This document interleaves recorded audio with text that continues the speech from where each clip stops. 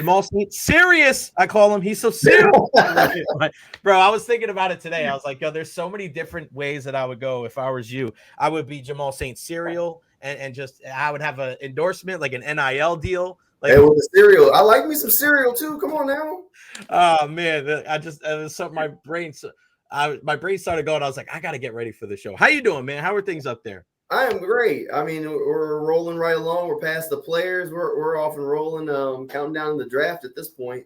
Yeah, we had the Valspar here last week, and I always love that it's like players and Valspar. So it's kind of funny to see what you guys do up there, and then it hits us in the Tampa Bay area next week, and then the week after, we're all like, "Whew, that was a lot," because it's a lot. That week is crazy, man. Always. That week is nuts.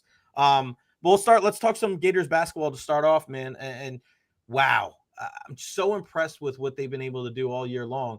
And even beating UConn, and I see people saying, oh, they didn't have their A game. Like, I give a lot of credit to what Dan Hurley and the Huskies were able to do with all this crazy motion. It was like a throwback 1975 basketball game, and the Gators were able to hang in there. I look at the Gators like an MMA fighter. They can beat you in so many different ways. It could be a stand-up affair. It could be a wrestling. It could be jiu-jitsu. Like, it don't matter. What is it like being up in that area, and what is the buzz like right now for this Florida Gators basketball team? Man, the hype's been there all year long. They've just honestly been rolling. I know a lot of people were scared during that UConn game over the weekend because, I mean, the Huskies gave the Gators everything they could handle, and Florida was just able to kind of pass the test late in that thing. I mean, Walter Clayton Jr. was struggling early, but late in the game when it mattered, it was clear he was the best player on the court. And, I mean, there were a couple of shots where it's one of those where it's like, no.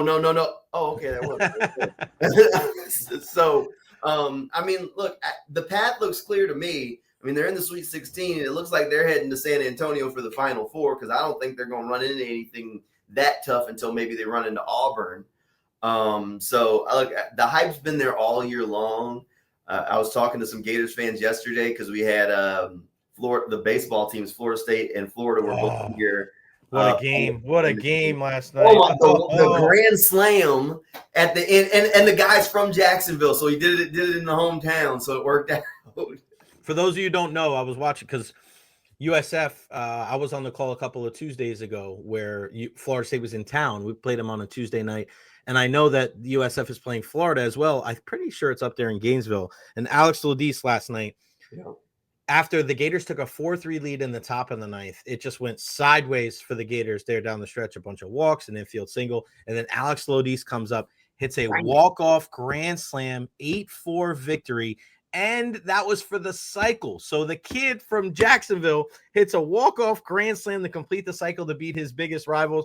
Bro, I don't care what he does, Jamal. There's nothing that he can do. Like, what do you do? How do you top that?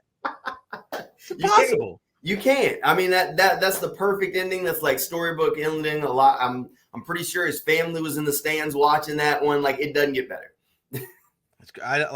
If I'm him, I might just retire. Just put my bat down. Like, I'm done. So, all right, go ahead. Go back to what you were saying. You were there with baseball and a lot of things going on there. Well, I was talking to a lot of Gators fans that were out there, and the baseball team's maybe not as good as it normally is, at least at this point in the season. And they were like, we're all right. We got the basketball team. We can't have everything at once. And they feel pretty good about where they're at with DJ Lagway on the football team. So they're like, look, the baseball team can take a step back because we're focused on the Sweet 16 right now. Look, the hype's there, honestly, and it has been all year long. They've been rolling through it, and it's looked like this is where they were headed. Todd Golden really looks like he's got these guys on the right track. And I think they're ready to dance, man. I don't think they're going to run into anything except for maybe Auburn, and those games with Auburn during the regular season were some classics, so we might be in for a treat. Yeah, no doubt about it. And I just saw a stat the other day. I think it was in the last, I want to say 30, 40, or 50 years. There's only been one school to win a national championship in football, basketball, and baseball, and that is the Florida Gators. So no surprise there. What is the hierarchy there, Jamal? Because I here in the Bay Area, no matter what happens, like, we know football's the NFL's king, right, with the Buccaneers, but there's such a crazy, like, lightning fan base because they've been so good. They do things the right way. They got the best owner in sports with Jeffrey Finnick. He hands off $50,000 every freaking game. He's been doing it for years to local nonprofits. The Rays, obviously, even though there's more baseball players here, obviously the ownership, people aren't too thrilled with everything that's going on there. So, it's like football, hockey, then baseball, and then the college sports come after that. What's the hierarchy there? let's say everything's firing on all cylinders, is it still NFL King? Is it still Jags? Or, being where you're at, like what sports for the Gators kind of fit into that hierarchy? I mean, the Jags are still, I mean, for us, still the top of the pile-line. Yeah. Right behind that, it's Gators football, Gators basketball, because of the history. I mean, the stuff Billy Donovan was able to do really kind of built it up. It had taken a step back because they had some of the struggles under Mike White, but the hype was and the expectation was always still there. Florida State football fits in probably behind Gators basketball, and then right behind that's probably Gators baseball slotting in. But I mean that even competes with Florida State baseball, because Florida State, another program that had so much history behind it. But yeah, NFL by far, the Jaguars are top of the heap, even with the struggles for us. Well, yeah, I want to ask you about that with Florida State, right? Because for people that don't know, when you're looking at Gainesville and Tallahassee, is there a big Florida State? Like, is there a big contingent there for you guys there in Jacksonville? Florida State's pretty big, huh? Oh yeah.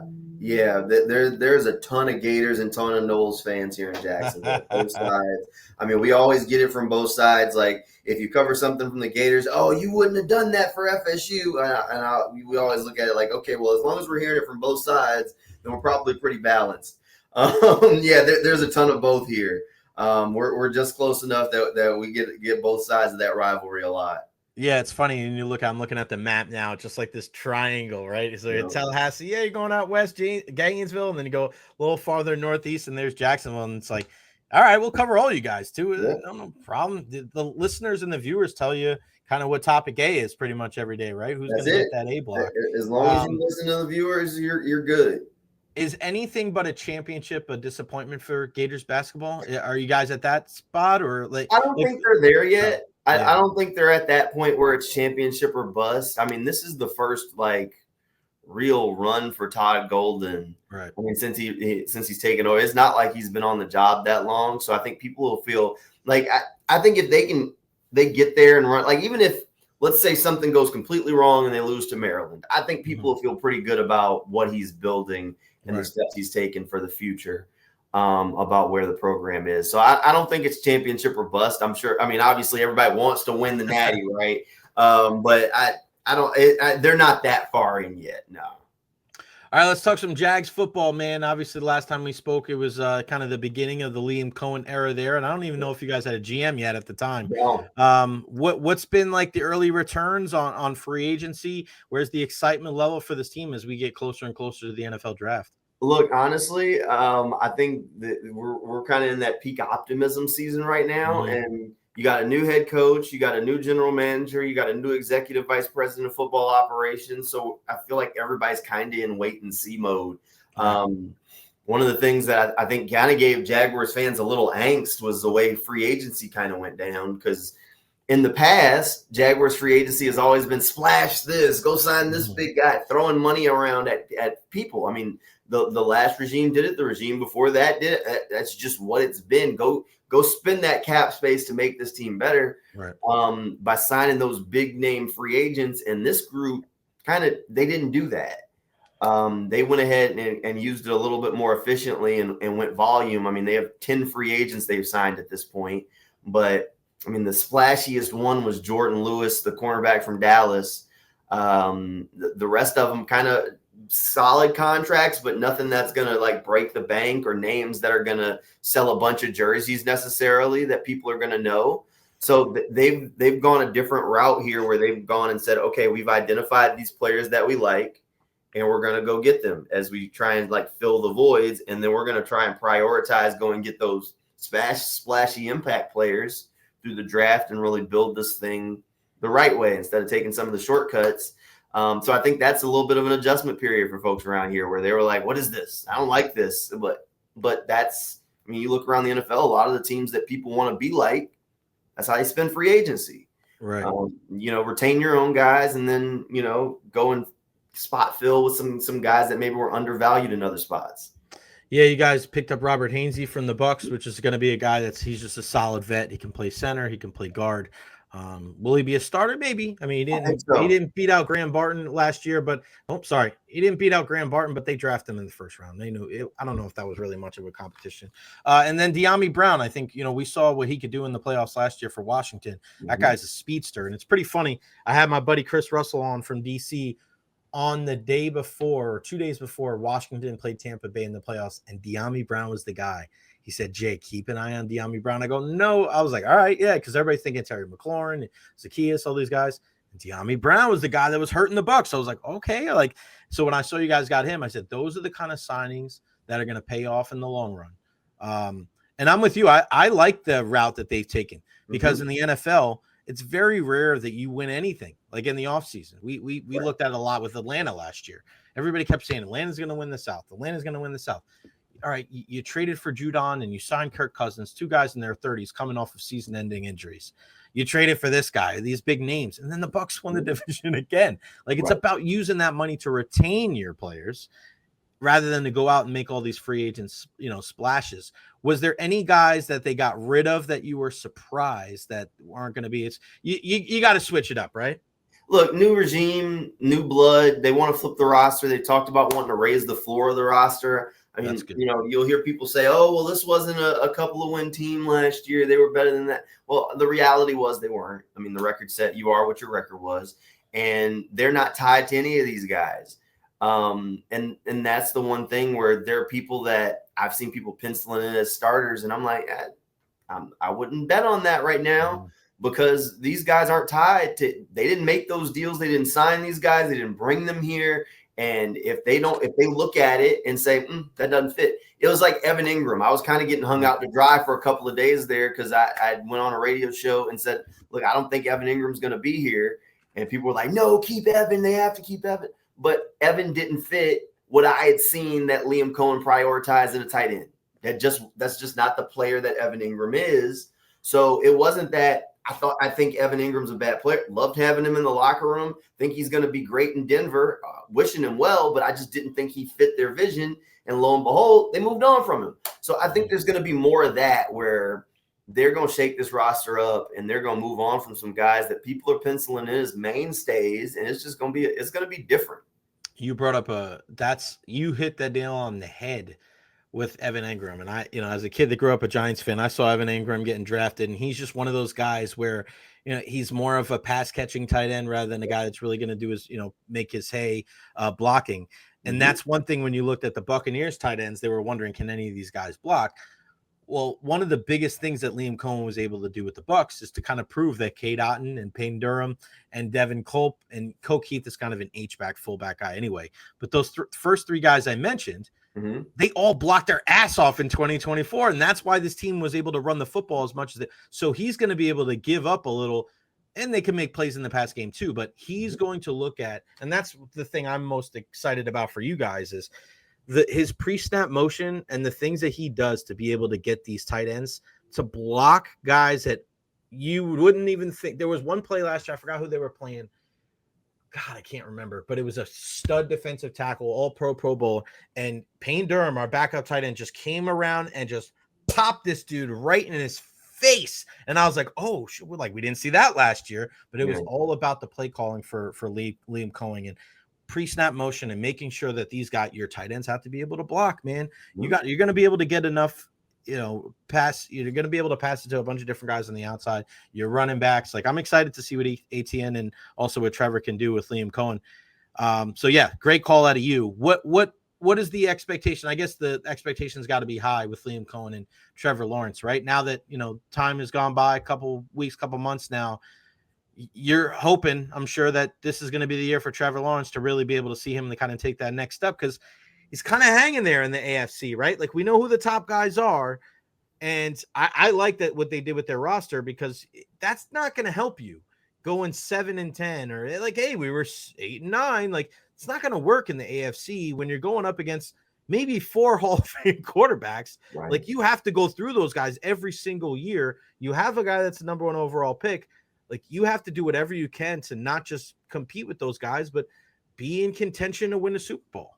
Man, they're going to try and improve this running game first. I mean, they said, like, the funny thing is, like, every coach or general manager that I've seen come through Jacksonville says, "Oh, we're going to prioritize the trenches. We're going to improve." These dudes came in and have just signed offensive lineman after offensive lineman after offensive lineman. I mean, they came in and said, "Man, these dudes stink. Like, let's go get people. Let's go get some bodies." And they've gone and got bodies.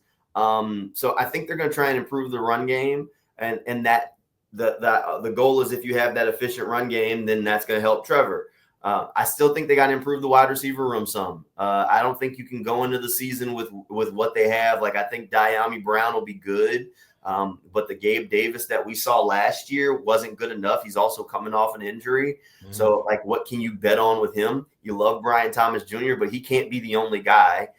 So I think they have to add something else, whether that's going and get one of the veterans that is still on the market and a rookie, or try and spend an early draft pick, whether it's that first or a second round pick on a rookie wide receiver. They got to add something there, because you can't go into the season and say, "All right, Trevor, we need you to go and have one of your best career years, but this is what you got." Mm-hmm. You just can't do it. No, you can't do that. They're drafting number 5 in the first round. What are people saying up there in Jacksonville?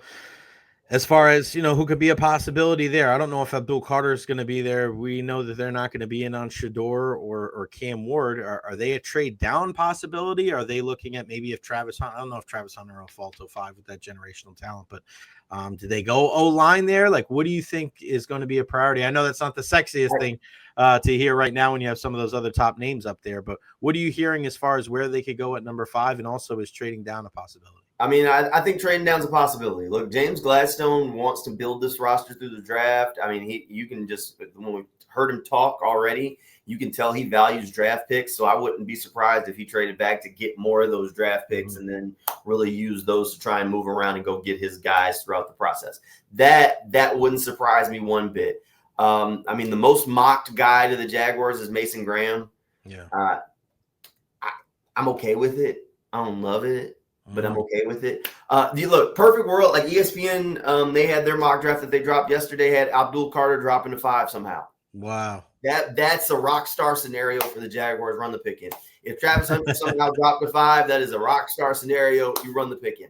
I don't think the reality is that either one of those guys is probably on the board at this point. I mean, we were hoping that the Giants would be drafting Shador, but with the Russell Wilson news, that's probably out the window.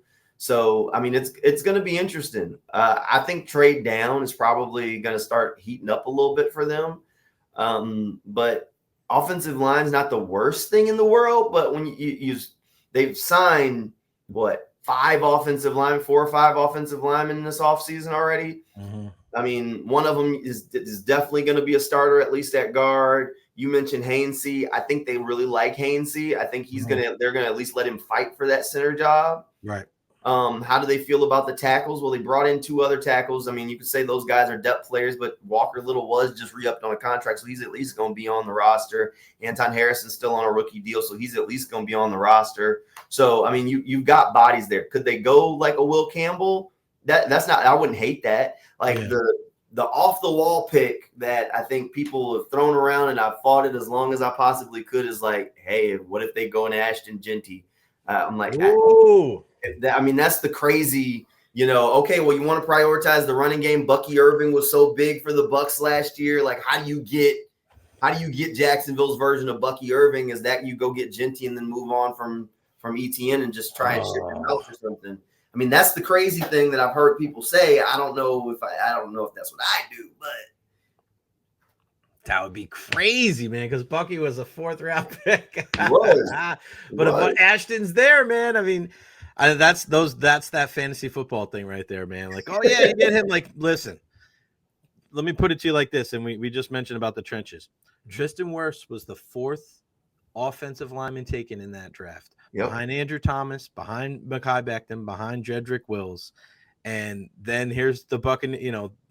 Tristan Wirfs falls into the Bucs' lap, and now we're looking at a guy that if he stays on this track, he's going to go down as one of the best. And it's insane. He's one of the best tackles I've ever seen, and he's a freak athlete. Before I let you go, I got to ask you, has Liam Cohen worked on his Duval a little bit? I mean, my guy was taken, and I saw you out there. Everybody, I love how nobody that's the one thing is, regardless of what happened with Liam and whether people like the way he went about his business, like every time talking to Liam, like he was such a nice guy and he was so like self-deprecating. So when this happened, everybody's like, "Oh, he's gonna hide, he's gonna shy away from him." Like, nah, man, he's not gonna care. He's just gonna hide. He did not. But it was so much fun to be able to see him do that, and now to see all these different people like bring it up to him and him talk about it. But that had to be like that just had to be so great for you guys. It was honestly, it was one of those things where it was in like his introductory speech. So he's at the podium and I'm like, you rehearsed this and somebody saw this and like said this was a good idea. And it was one of those things where you're in the room and everybody kind of paused and kind of like applauded or laughed. It was like, all right. And then it goes viral. But the funny thing is like he knew how to say it. Yeah, he knew how to say it and like thought he was putting this like little spin on it to like kind of swag it out in his introductory thing. Because like I talked to him, we got a chance to interview him like one-on-one maybe 10 minutes later, and I got him to do the Duval right, like literally 10 minutes later. Like, so he knew how to do it. He just got on the stage, and maybe it was one of them things where the brain just went somewhere else, and he was like, "Oh, I can't take it back. I just got to do this now." You just got to do it. As my old co-host Ian Beckles, who was a guard for the Bucks for many years, he goes, "There's just times you got to realize, man, you got to just hang out with a couple more brothers before you do things like that." That's what when he heard that, he's like, "See, that's what I've been telling you for years." And I'm like, hey, "You're right, man. You're right." I was like, "That's he got his card taken away. He's gonna get it back though if they do well in Jacksonville." Jamal St here, WJXT number 4 up there in Jacksonville. You see a JSTCYRTV on Twitter/X. Always great catching up with you, my friend. Have fun this weekend watching the Gators, and we'll talk to you again soon. Hey, deal. Appreciate you having me on anytime, man. You got it, pal.